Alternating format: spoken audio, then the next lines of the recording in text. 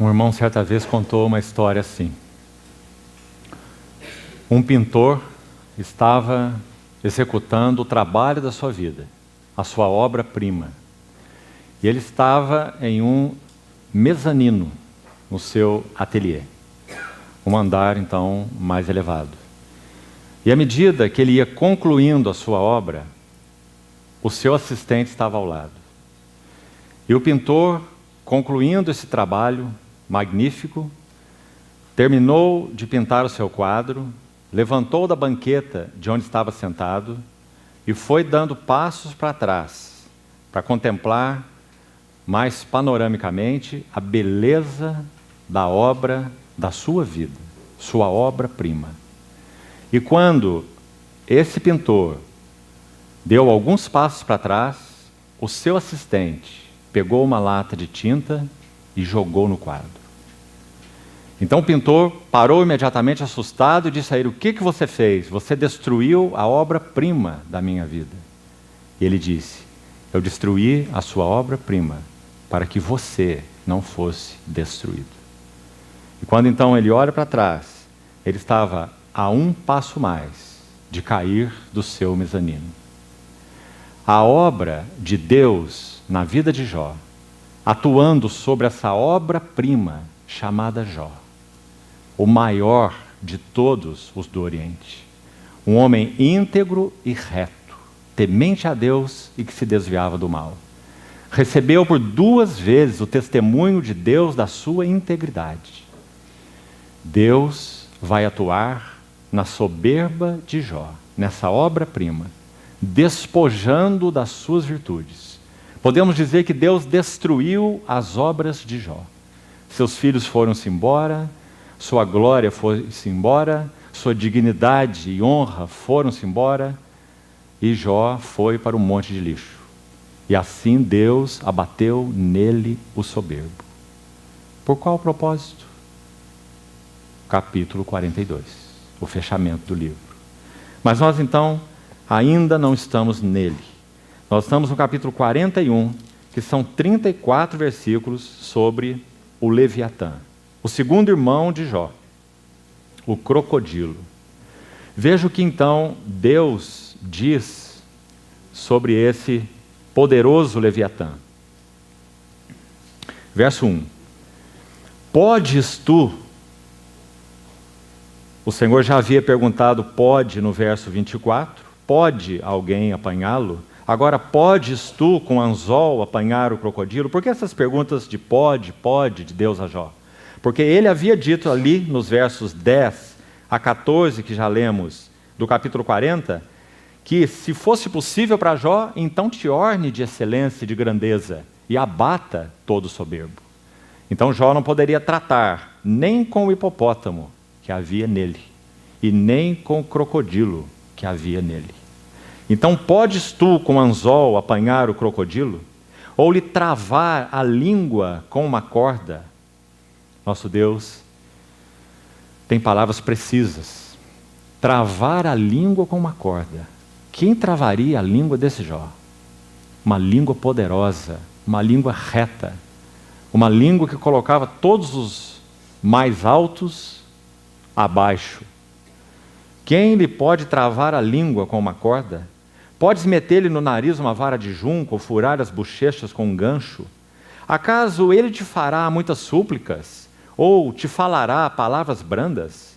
Fará ele acordo contigo? Ou tomá-lo-ás por servo para sempre? Brincarás com ele como se fosse um passarinho? Ou tê-lo-ás preso à correia para as tuas meninas? Acaso os teus sócios negociam com ele? Ou repartirão entre os mercadores? Encher-lhe-ás a pele de arpões ou a cabeça de farpas?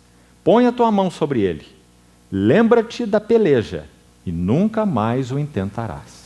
Está vendo? Jó era indevassável. Jó era intocável por qualquer outro homem, dada a sua integridade. Verso 9. Eis que a gente se engana em sua esperança. Acaso não será o homem derribado só em vê-lo? Ninguém há tão ousado que se atreva a despertá-lo. Quem é, pois, aquele que pode erguer-se diante de mim? Quem primeiro me deu a mim para que eu haja de retribuir-lhe? Então, por um lado, está muito claro que assim como esse hipopótamo era o Jó, o maior do Oriente, esse crocodilo também foi usado para exemplificar o soberbo que havia em Jó. Por outro lado, Deus está dizendo que o poder que esse Leviatã possui é um poder que foi concedido por Deus. Então só Deus pode domá-lo. Então nós chegamos ao verso 11, tão importante nesse discurso. Quem primeiro me deu a mim para que eu haja de retribuir-lhe? Nós já usamos essa palavra várias vezes aqui nas nossas sessões. Os amigos de Jó, e também Jó, eram adeptos da teologia da retribuição. E encaixotaram Deus nessa doutrina. E não havia mais nada além dela. Então Deus estava amarrado em abençoar Jó, porque Jó amarrou Deus com a sua justiça, integridade e retidão. Então Deus necessariamente faz essa pergunta para Jó. Quem primeiro me deu a mim para que eu haja de retribuir-lhe? Então, ele está dizendo a Jó que ele não está lidando com ele baseado na doutrina de retribuição. Ele está lidando com Jó em caminhos mais elevados, que ele não conhecia, nem os seus amigos, muito menos. Pois o que está debaixo de todos os céus é meu. Verso 12 inicia uma nova sessão. Essa que lemos começou lá no verso 1, podes tu apanhar o crocodilo, e vai até o verso 11. Então nós temos o verso 12, o início de mais uma sessão dentro desse tema do Leviatã. Não me calarei a respeito dos seus membros, e nem da sua grande força, e nem da graça da sua compostura. E agora, irmãos, muito cuidado, vamos ter aqui nos versos 13 e 17. Então, olhe com atenção cada palavra. Quem lhe abrirá as vestes do seu dorso, ou lhe penetrará a couraça dobrada? Quem abriria as portas do seu rosto? Pois em roda dos seus dentes está o terror. Vamos fazer uma pausa aqui um momento. Será que o Novo Testamento tem algo a nos sugerir sobre essa couraça dobrada? Deus está dizendo, vamos avançar os versículos para ficar mais claro o quadro, e já voltamos nisso. Veja o verso 15, olhe com atenção. As fileiras das suas escamas são o seu orgulho. Então está aí, a chave de todo o trabalhar de Deus na vida de Jó, o motivo está aí, o orgulho, ou a soberba, que já foi citada 2 vezes nos versos 11 e 12 do capítulo 40. As fileiras das suas escamas são seu orgulho, cada uma bem encostada, como por um selo que as ajusta, ou uma cola que as liga. A tal ponto uma se chega à outra, as escamas do crocodilo, que entre elas não entra nem o ar.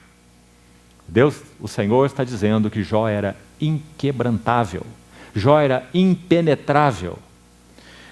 Uma às outras se ligam e aderem entre si e não se podem separar. Então vamos olhar primeiro o verso 17 e já voltamos na couraça dobrada. Mais uma vez, na luz do verso 17, nos lembramos de Hebreus 4:12. Se essas escamas são tão justapostas, seladas, e ninguém as pode separar, há alguém que pode penetrar essa couraça e separar essas escamas. Porque a palavra de Deus é viva e eficaz, e mais cortante que qualquer espada de 2 gumes, e penetra até o ponto de separar, dividir, juntas e medulas, espírito e alma, e é apta para discernir, de novo é julgar, discriminar, separar os pensamentos e os propósitos do coração. E os 2 redemoinhos de Deus foram planejados para Jó ouvir a palavra de Deus. Jó já sofreu, continua sofrendo, mas agora é o seu sofrimento a palavra de Deus. Porque quebrantamento é união de sofrimento mais a palavra de Deus. Só sofrimento não nos quebrantaria. Só a palavra de Deus não bastaria. Porque nossos ouvidos, não por causa da eficácia da palavra, mas por causa de nossos ouvidos surdos. Então Deus usa o sofrimento e pela aflição, Eliú diz para Jó, lhe abre os ouvidos, para que ele receba a instrução. Então, voltemos ao verso 13, a couraça dobrada. Irmãos, é claro que isso é uma figura. Deus está usando o animal, suas características, ele quer falar algo com Jó. Então o que nós vamos fazer, nos parece coerente com a luz do Novo Testamento. O que poderiam ser, na nossa experiência, uma carcaça dupla? O que será que Deus tem a penetrar em nós com sua palavra e com o sofrimento que signifiquem carcaça dupla, couraça dobrada? Sabe, irmãos, que há sim muita clareza no Novo Testamento sobre esses 2 elementos? Primeiro, Romanos 7,5. Romanos 7,5, Paulo diz assim: porque as paixões pecaminosas, quando vivíamos na carne, as paixões pecaminosas, postas em realce pela lei, e assim ele continua o versículo. Então, primeira coisa, na nossa carne nós temos paixões e prazeres. Esse é o primeiro item, primeira camada da carcaça. Essa carcaça, enfim, é o que nos tornamos quando caímos. Deus não criou o velho homem, Deus criou o homem. Quando o homem cai, o pecado penetra na alma do homem. Como a Bíblia chama essa junção? Pecado na alma. A Bíblia tem um nome para isso: carne. Esse é o nome da Bíblia. Ou velho homem. Se você estudar Romanos 6 e os textos, Romanos 7, muitos outros textos que Paulo fala sobre a carne, você não vai conseguir encontrar distinção entre velho homem e carne. Eles são a mesma coisa. Velho homem é a carne é o velho homem. E o que eles são? Natureza adâmica caída. Isso é carne. E isso é velho homem. Então, quando o pecado encontra acesso à alma do homem, Gênesis 3, então o homem se torna carnal, ou a alma é contaminada pelo pecado. Isso é carne, natureza humana caída. Então, primeira carcaça, paixões e prazeres. Tiago, capítulo 4, versículo 1. De onde procedem as guerras e contendas que há entre vós? Senão dos prazeres que militam na vossa carne.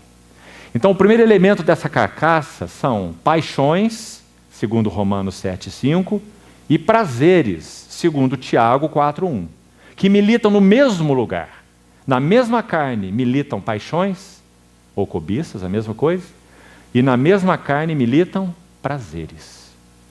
Então, Tiago vai dizer, vocês pedem e nada obtêm, porque pedem para esbanjar nos vossos próprios prazeres. Hedonê é a palavra lá, de onde vem a nossa palavra hedonismo.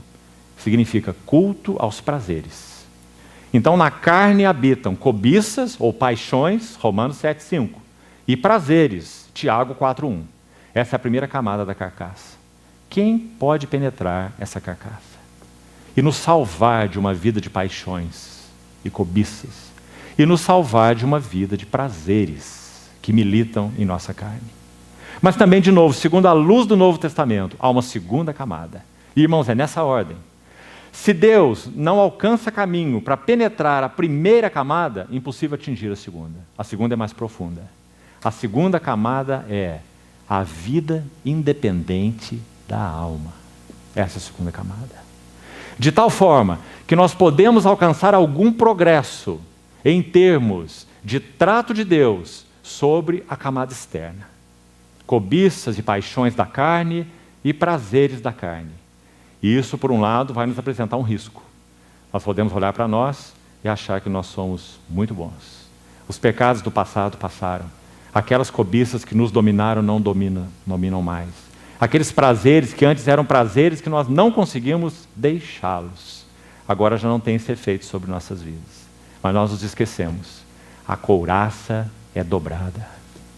Deus precisa penetrar também a vida independente da alma. Agora, o que isso significa? Quando o homem caiu, a proposta do Éden foi: sereis como Deus, conhecedores do bem e do mal. Essa é só uma outra maneira de dizer: vocês não precisam de Deus. Vivam por vocês mesmos. Vivam por sua suficiência. Vivam por seus recursos. Vivam pela sua própria cabeça. Vocês não precisam de um cabeça. Sereis como Deus, conhecedores. Então a grande opção do Éden foi a opção por uma vida independente de Deus. Deus deixou de ser a fonte de recursos do homem. E o próprio homem passou a ser a sua fonte de recursos. São muito diferentes. Vida da carne e vida da alma. Agora, como podemos ser ajudados com algum texto? Há muitos textos sobre a questão do trato de Deus com a vida da alma. O que Deus quer obter, como Ele trata essa segunda carcaça. Escute 2 Coríntios 5,14. Pois o amor de Cristo nos constrange, julgando nós isto: um morreu por todos, logo todos morreram. E o verso seguinte: e um morreu por todos, para que os que vivem não vivam mais para si mesmos. Essa é a vida independente da alma. Vivendo de si para si. É o que João chamou de a soberba da vida. João falou da concupiscência da carne, João falou da concupiscência dos olhos, e João falou da soberba da vida. Soberba da vida é amar a vida pela vida. É viver com seus próprios recursos. Então a primeira camada, paixões e prazeres. A segunda camada, uma vida independente de Deus. Ou a vida independente da alma. Agora, irmãos, mais um assunto para você meditar e estudar. Nosso Senhor Jesus. Nosso Senhor Jesus não tinha a camada de paixões, cobiças e prazeres. Carne. Nosso Senhor é sem pecado. Mas o nosso Senhor tinha alma. E alma tem mente, tem sentimentos, tem desejos. Qual foi a opção do nosso Senhor Jesus? Eu desci do céu, não para fazer a minha vontade. Isso é vida da sua alma. Ele tem alma e tem vida da alma. O que o Senhor faz com a sua vida da alma, a alma e sua vida da alma? Ele alinha, determinada e voluntariamente, a sua vida da alma à vontade de Deus. E como nós já falamos, nós chegamos à batalha final do Getsemane, nosso Senhor. O que acontece no Getsemane? Mais um exemplo. Pai, se possível for, passa de mim este cálice, porque nosso Senhor abomina a separação de seu Pai. Tudo que ele tem é a face de seu Pai. Ele pode suportar a traição de Judas, a negação de Pedro, o abandono de todos, mas ele não pode suportar a perda da face do seu Pai. Então, meu Pai, se possível for, passa de mim esse cálice. Mas ele desceu do céu não para fazer sua vontade. Não beberei eu o cálice que o meu Pai me deu? Então, porém, faça-se a tua vontade e não a minha. Nosso Senhor está colocando a sua vida da alma debaixo da condução, do alinhamento com a vontade eterna de Deus. Então, nosso Senhor Jesus negou ter uma vida independente de sua alma? Sim. Ele fez a sua opção. Ninguém tira a minha vida. Eu voluntariamente a entrego, a dou. Então, amados irmãos, essa camada é mais profunda. Podemos ser, de certa forma, tratados nas paixões, cobiças e prazeres. Mas a vida da alma, a vida independente da alma, é algo mais profundo. É o viver para nós mesmos. Fala de uma vida egocêntrica, não fala de uma vida carnal em si mesma, ligada a paixões, cobiças e prazeres. Fala de uma vida independente. vivendo para nós mesmos. Ele morreu por todos para que os que vivem não vivam mais para si mesmos, mas para aquele que por eles morreu e ressuscitou. Não há maneira de vivermos para Ele, a não ser que a nossa vida, independente da alma, seja tocada. Então o Leviatã tem uma couraça dobrada. Assim tem Jó, assim temos todos nós. E graças ao Senhor, Ele usa as circunstâncias e Ele usa a sua palavra para penetrar a nossa carcaça dobrada. Graças ao Senhor por seu fiel trabalho. Ainda no verso 18, então. Cada um dos seus espirros faz resplandecer luz, e os seus olhos são como as pestanas da alva. Da sua boca saem tochas, faíscas de fogo saltam dela. Por isso que alguns acham que isso aqui é um dragão, né? Das suas narinas procede fumo, como de uma panela fervente ou de juncos que ardem. O seu hálito faz incender os carvões, e da sua boca sai chama. No seu pescoço reside a força. Ou seja, Jó tinha uma cerviz inquebrantável, por causa de sua justiça própria. No seu pescoço reside a força, e diante dele salta o desespero. Suas partes carnudas são bem pegadas entre si, todas fundidas nele e imóveis. O seu coração é firme como uma pedra, firme como a mó de baixo, aquela que não se move, né? Para moer o grão, para moer o grão ali aquelas duas pedras de mó, uma é fixa, a outra superior mói. Levantando-se ele, tremem os valentes. Esse é Jó mesmo, nós vimos no seu livro. Quando irrompe, ficam como que fora de si. Se o golpe de espada o alcança, de nada vale, nem de lança, de dardo, de flecha. Foi o que seus amigos fizeram. Para ele o ferro é palha e o cobre é pau podre. A seta o não faz fugir, as pedras das fundas se lhe tornam restolho. Os cacetes atirados são para ele como palha, e ri-se do brandir da lança. Debaixo do ventre há escamas pontiagudas. Arrasta-se sobre a lama como um instrumento de debulhar. As profundezas faz ferver como uma panela. Torna o mar como caldeira de unguento. Após si deixa um sulco luminoso. O abismo parece ter-se encanecido. E vamos terminar aí, Deus vai terminar o seu segundo discurso com Jó, no redemoinho. E veja então o que ele diz. Conclusão. Na terra não tem ele igual. Capítulo 1, verso 8 e capítulo 2, verso 3 do livro de Jó. Você quer ver o que está escrito lá? Na terra não tem ele igual. Foi o que disse aqui nosso Senhor. Capítulo 1, verso 8. Perguntou ainda o Senhor a Satanás: observaste a meu servo Jó? Porque ninguém há na terra semelhante a ele. E o Senhor repete essas palavras no capítulo 2, verso 3. Observaste o meu servo Jó? Porque ninguém há na terra semelhante a ele. Então está muito claro que Deus está comparando, usando esses dois animais, para falar com Jó sobre ele mesmo. Na terra não tem ele igual, verso 33, pois foi feito para nunca ter medo.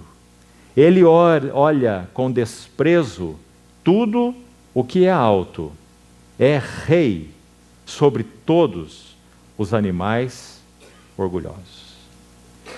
Em outras palavras, concluindo esse discurso de Deus, esse segundo discurso começa com o soberbo e soberbo, duas vezes, nós vimos lá, e termina com o orgulhoso.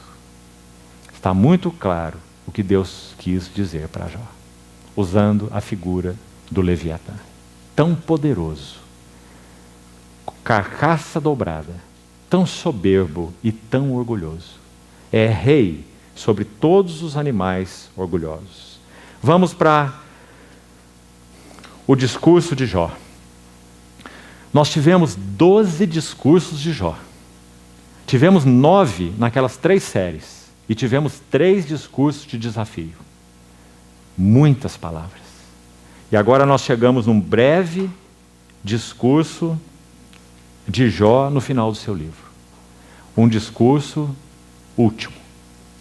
Pequeno, conciso e objetivo. E o que Jó diz? Respondeu Jó ao Senhor: bem sei que tudo podes. Então podes me afligir, então podes me tratar assim, ou tratar assim, fazer isso ou fazer aquilo. E não só tudo pode, não só onipotência e soberania de Deus, mas propósito. Nenhum dos teus planos pode ser frustrado. Quem é aquele, como disseste, que sem conhecimento encobre o conselho? Na verdade falei do que não entendia, coisas maravilhosas ou altas demais para mim, coisas que eu não conhecia. Escuta-me, pois havias dito, e eu falarei. Eu te perguntarei, e tu me ensinarás. Não há mais o responderás. Porque Jó não está mais arguindo Deus. Não é mais eu perguntarei e tu me responderás. É eu perguntarei e tu me ensinarás. Eu te conhecia só de ouvir, ou eu havia ouvido de ti. Mas agora os meus olhos te veem. Por isso me abomino. Irmãos, essa palavra abomino é usada 76 vezes no hebraico do Velho Testamento. 25 vezes significa desprezo. Eu me abomino, desprezo. Mas mais uma coisa, agora não apenas linguística, perceba algo mais aqui. A palavra abominação tem uma relação direta com idolatria. Porque idolatria é abominação ao Senhor, culto de ídolos. Então, quando Jó está dizendo, eu me abomino, parece que a linguagem é bem clara. Aquela que nós lemos na oração daquele puritano. Eu sou, por natureza, um idólatra. Eu me abomino. E eu me arrependo. Agora nós encontramos a palavra-chave dessa hora. Por que esse discurso de Jó não veio depois do primeiro redemoinho? Porque após o primeiro redemoinho, ele disse, sou vil, sou indigno, ponho a mão na minha boca. Mas depois do segundo redemoinho, ele entendeu muito bem a palavra do Senhor. E esse entendeu não é intelectual, é entendimento espiritual. Ele foi confrontado com a palavra de Deus na presença de Deus. Irmãos, mesmo a palavra de Deus seria insuficiente para produzir em nós o que Deus a designou para produzir, se a sua palavra não nos conduzisse a Ele próprio. Então Jó não apenas recebeu uma instrução sobre o Leviatã, e entendeu claramente que Deus estava usando o Leviatã para falar dele, que ele era o orgulhoso, que ele era aquele que tinha a carcaça dobrada. Mas mais que isso, a palavra de Deus trouxe Jó à presença de Deus. E diante da presença de Deus é só isso que ele tem a dizer. Antes eu ouvia de ti, mas agora meus olhos te veem. Jó não apenas ouviu uma palavra que penetrou seu coração, Jó viu a pessoa de seu Redentor.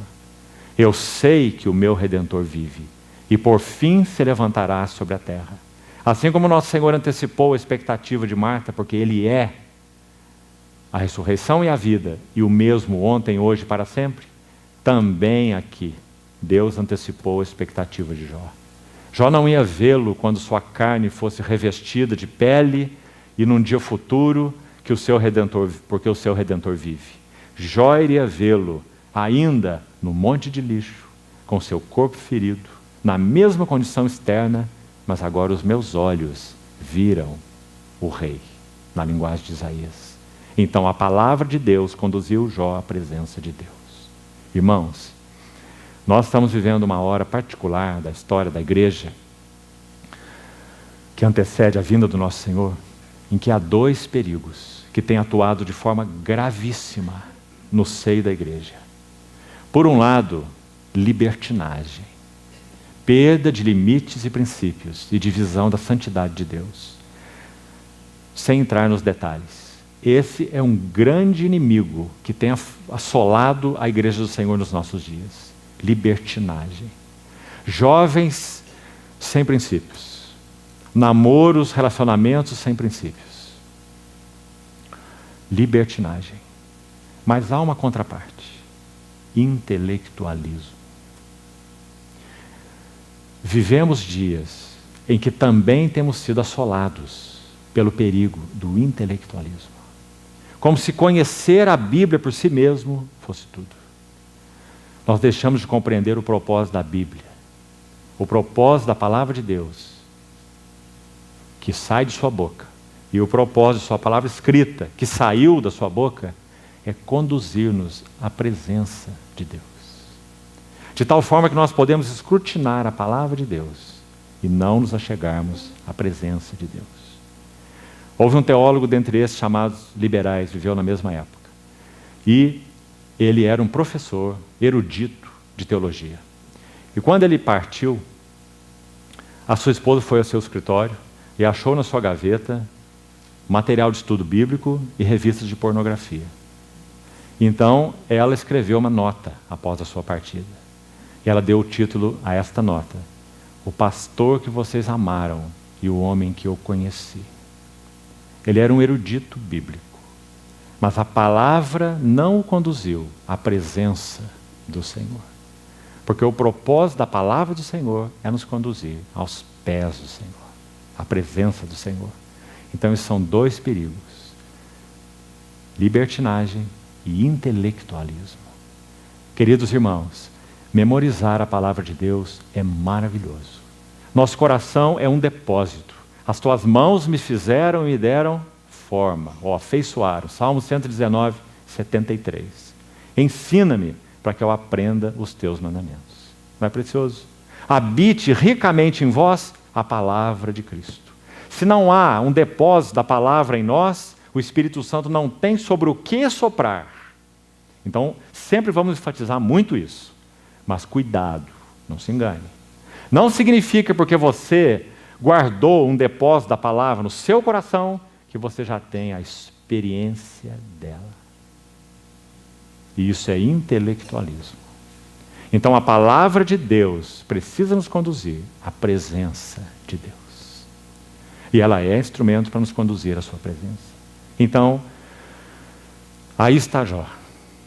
Sofreu, ouviu a palavra do Senhor, mas mais que isso, foi conduzido à presença do Senhor. E agora não é mais eu sou indigno. Agora é eu sou nada. Eu me abomino. Eu me arrependo no pó, na cinza. Isso significa eu sou nada. E ele não precisa ser nada, porque agora para ele o seu Senhor é tudo. Meus olhos te veem. Qual foi a promessa do Senhor em Mateus 5,8? Bem-aventurados os limpos de coração, porque eles verão a Deus. Por isso o trabalho da cruz em nós, nos limpando das impurezas. Então, finalmente, o último passo, pela misericórdia, graça do Senhor. Versos 7 a 17. Apenas um resumo para concluirmos. É o segundo lado da moldura do quadro. Então nós já vimos um prólogo de 2 capítulos, agora um epílogo de 11 versos, 7 a 17, fazendo a narrativa de enquadramento. Então terminou a poesia no verso 6. E que poesia! A poesia termina com Jó vendo aquele que ele achou que veria só num tempo futuro, seu Redentor. Aquele que ele mostrou aspiração de vê-lo. Meus olhos e não outros o verão. De saudades me desfalece o coração dentro de mim. São palavras maravilhosas, mas estavam mescladas com muito de soberba, orgulho e justiça própria. Então o depurador fiel trabalha sobre Jó para que essa aspiração seja pura. E quando essa aspiração se tornou pura, Jó foi recompensado. Ele viu o seu Senhor. Agora meus olhos te veem. Então, o verso 7 a 17, prosa novamente. Uma narrativa em prosa, a poesia terminou. E o que acontece aqui, em resumo? 3 coisas. Primeiro, nos versos 7 a 9, Jó, primeiro, o Senhor falou essas palavras a Jó, verso 7, e chamou os seus amigos. O Senhor mesmo. O Senhor chamou Elifaz, Bildade e Zofar. E disse a Elifaz, o temanita: a minha ira se acendeu contra ti e contra os teus 2 amigos. Porque não disseste de mim o que era reto, e aqui é uma frase intrigante, como o meu servo Jó. Como pode?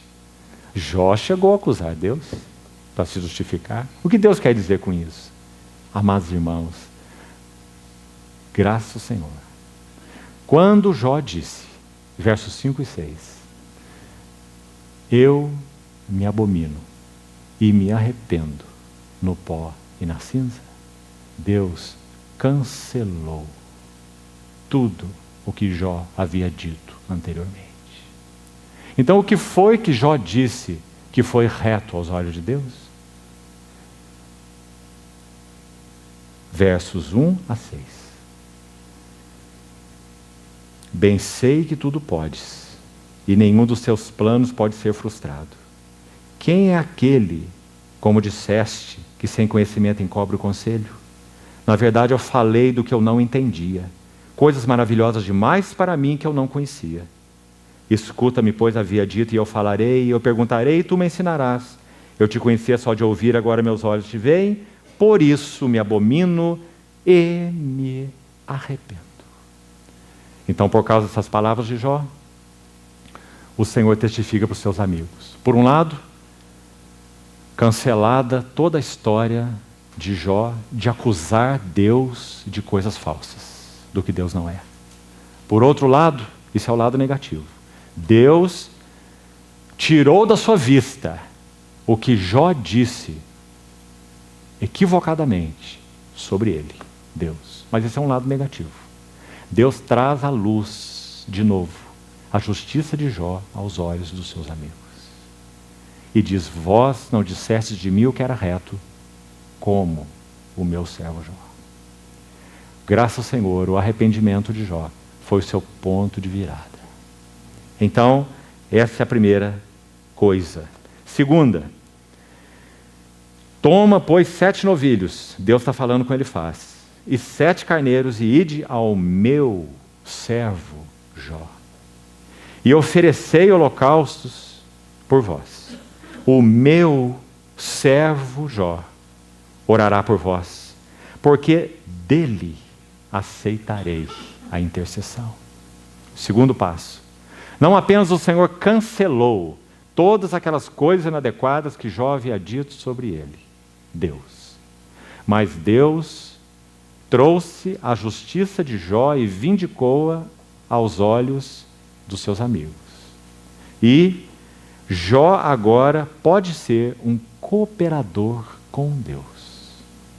Antes, ele era aquele que acudia, salvava e livrava. Agora, Jó é um cooperador com Deus. Antes, Jó era um guia, pai, juiz, conselheiro e consolador. Agora, Jó é um intercessor, ou um mediador. Dele eu aceitarei a intercessão, para que eu não vos trate segundo a vossa loucura. Mas Jó também fez loucura. Por que Deus não o tratou segundo sua loucura? Porque eu me abomino e eu me arrependo no pó e na cinza. Em outras palavras, ele está dizendo, Deus, perdoa-me. Falei de coisas que eu não conhecia, coisas maravilhosas demais para mim. Então, esse é o segundo ponto. Jó, um cooperador, intercessor, trabalhando com Deus.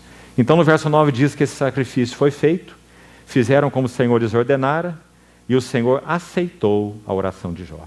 Então, nós temos esse lindo verso 10, que agora em uma outra versão, a versão revista e corrigida de Almeida, diz assim, virou o Senhor o cativeiro de Jó. E essa é uma linda tradução. A versão revista e atualizada diz, mudou o Senhor a sorte de Jó.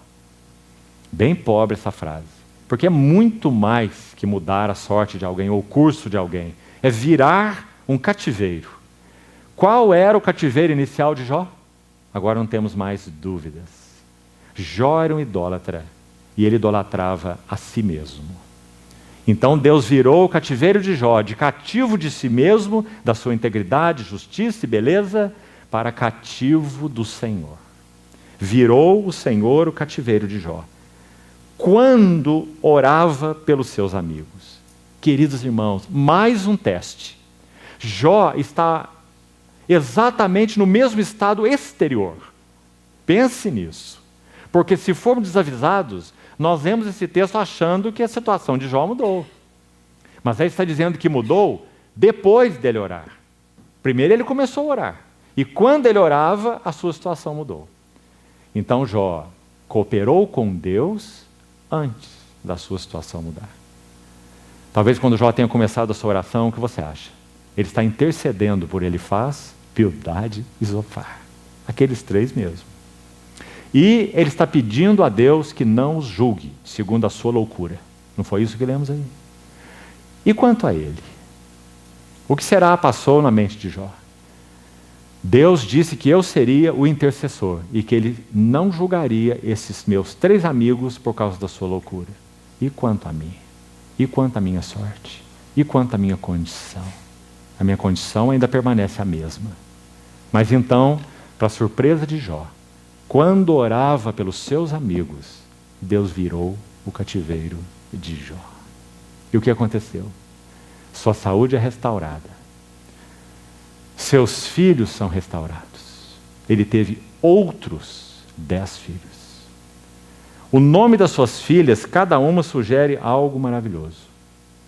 O nome das filhas de Jó. Cada uma delas sugere a graça do Deus que concede porção dobrada. Quando Jó orava pelos seus amigos e Deus mudou sua sorte, deu-lhe o dobro de tudo o que possuía. Verso 10.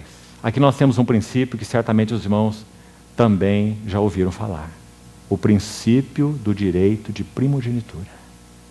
Quando Jó orava pelos seus amigos e o Senhor lhe concede um dobro, não havia legislação levítica.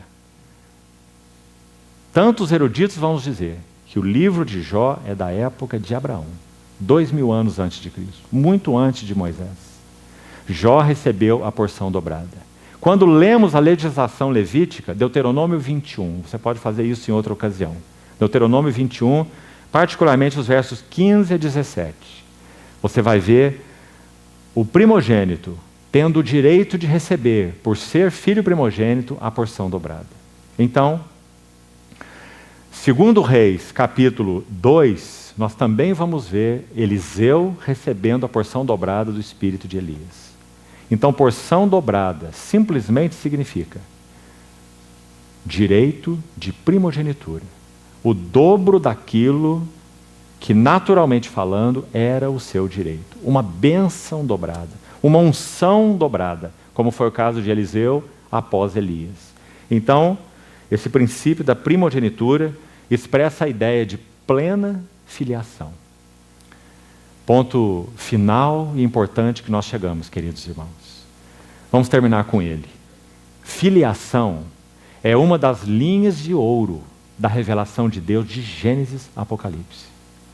Nunca se esqueça disso.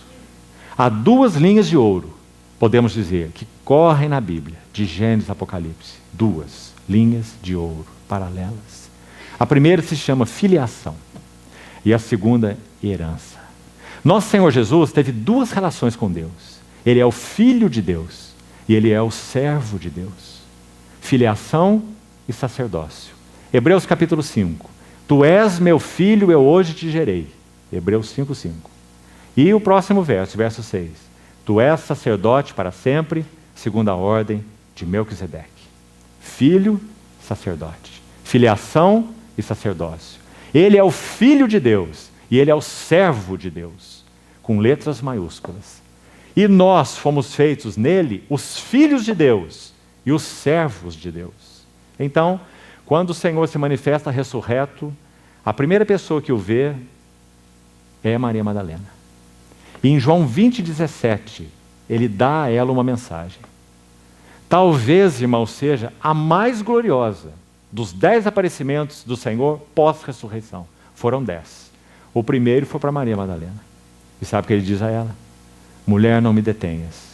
Eu ainda não subi para o meu Pai, mas vai ter com meus irmãos. E diz-lhes, subo para o meu Pai, filiação, e o vosso Pai, o meu Deus e o vosso Deus, sacerdócio, serviço.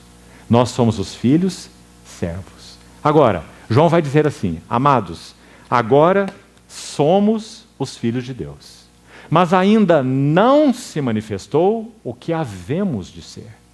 Mas quando Ele se manifestar, nós seremos semelhantes a Ele, porque haveremos de vê-lo, como Ele é. Plena filiação. Nós já somos filhos de Deus. Quando nosso Senhor completar seu trabalho, nós seremos manifestados plenamente filhos de Deus. Então, queridos irmãos, essa é uma linha de ouro. Filiação. O que significa porção dobrada?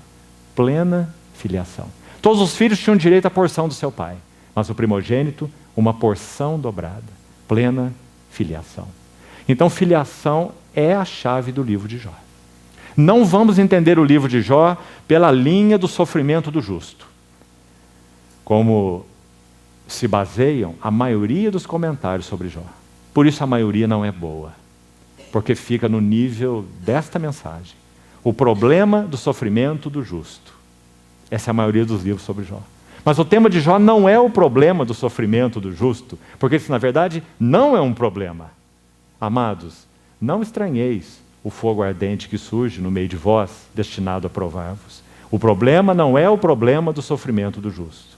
A questão do livro de Jó é o propósito de Deus de plena filiação.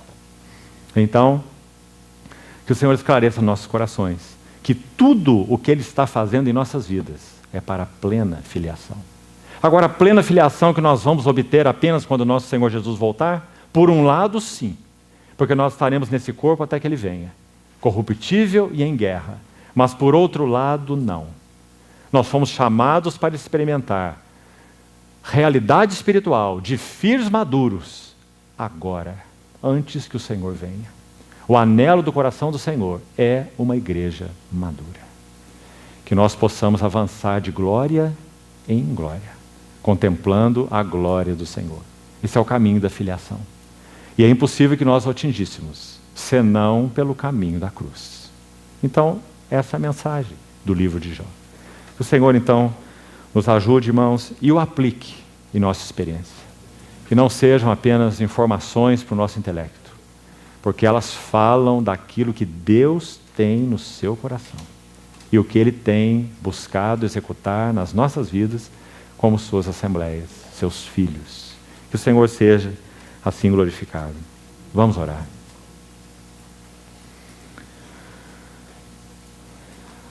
Senhor, querido Pai, Te agradecemos de todo o nosso coração, porque o Senhor concebeu no Teu coração esse propósito. Ninguém te compungiu a isso. O Senhor é livre e soberano. Mas muito obrigado, porque o Senhor nos incluiu em Teu propósito de amor.